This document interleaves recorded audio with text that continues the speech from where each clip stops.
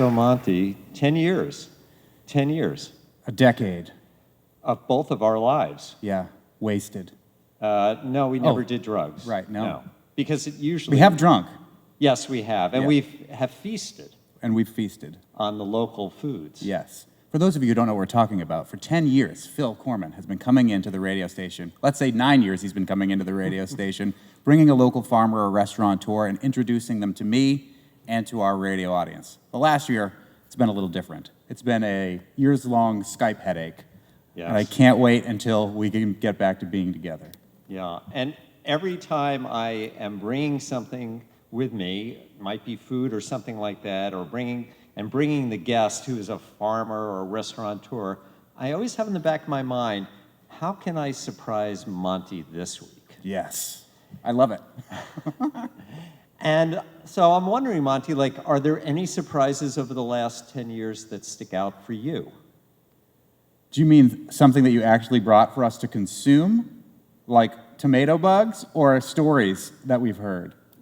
Let's go with the stories first, perhaps. The story that surprised me the most was when there was an alpaca farmer who came in to tell us that he used to, let's just say, be a corporate hack.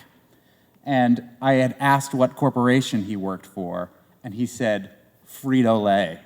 And I said, did you invent the Doritos? And he said, yes. And it blew my mind. He was a little bit more demure about it. His wife was like, he did! Don't let him tell you he didn't! The Cool Ranch he did. Cool Ranch, he tenderized the Fritos. Yeah. I mean, just on and on and on. What we need is local hero Doritos. And that would Anybody in the farming community, local hero Doritos is what we need. That was one of the most fun ones. That definitely was. That was so surprising. Because this person, the couple had started in Texas, and it was his second career. Yeah. But we always carry our farmer work with us. Right. I was also surprised when the esteemed Hadley asparagus farmer, Wally Sikowski, continued to pronounce the word asparagus, aspargus, over and over and over again. And I thought, wow, this is like a local Western Mass colloquialism that I'm not familiar with. Like how so many people in Western Mass end their sentences with hey, hey. You know, they'll be like, oh, Phil Korman from CISA, hey. When I learned about that, I thought, that's amazing. I love those little idiosyncrasies. And Wally Sikowski kept calling it asparagus. And I thought, wow, I'm going to start calling it that. I talked to his literal family members at an asparagus event in Hadley. I said, do you guys all call it asparagus too? They're like, no, only Wally calls it asparagus. And we did ask Wally about it, and do you remember what he said? He said, I don't know how I'm saying it any different than the way you're saying it. So I call it asparagus still for fun. And we've had some, I think, really interesting special moments when we had Ibrahimovic come on in 2013. Yeah. And, now people are talking about food and justice, but Ibrahim at Gardening the Community back then, that was front and center to all the work that was done there, and he was sharing that with us. And then oftentimes, Monte, we had learned something about a person during those short little interviews, and we learned that he was a hip-hop artist. Yeah. That was incredible. And the amazing thing about Ibrahim and Gardening the Community is that over these course of the 10 years, this ridiculous publicity stunt I do for the Food Bank of Western Mass, where I push a shopping cart a ridiculous length of mile to raise money for the food bank, expanded from just Northampton to Greenfield to Springfield to Northampton, and then Northampton to Greenfield over 2 days. And Gardening the Community is in the neighborhood where we now start the March for the Food Bank, Mason Square, in Springfield. So we've seen it evolve from kind of this beginning of an idea to me being able to go down there for this publicity stunt, to seeing the beautiful farm stand that then they've created to alleviate the food desert that exists in Mason Square. And all the while, this guy, Phil Korman from CISA, is my wingman at the front of the cart, pulling me up the hills to help get us there and to make sure that our neighbors have enough to eat while explaining the stories about how our farm community is there to make sure our neighbors have enough to eat.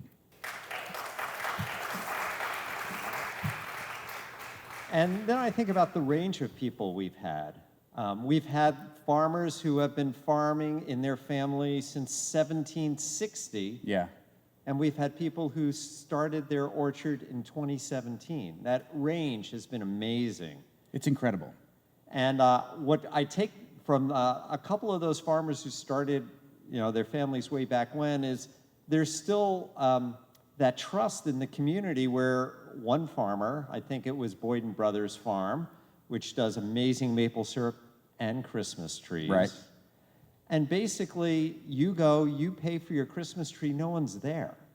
You just go and get it yourself, and it's just sitting out there. And do you remember what he said? I think one of us said, well, how do you know that they're going to pay for it?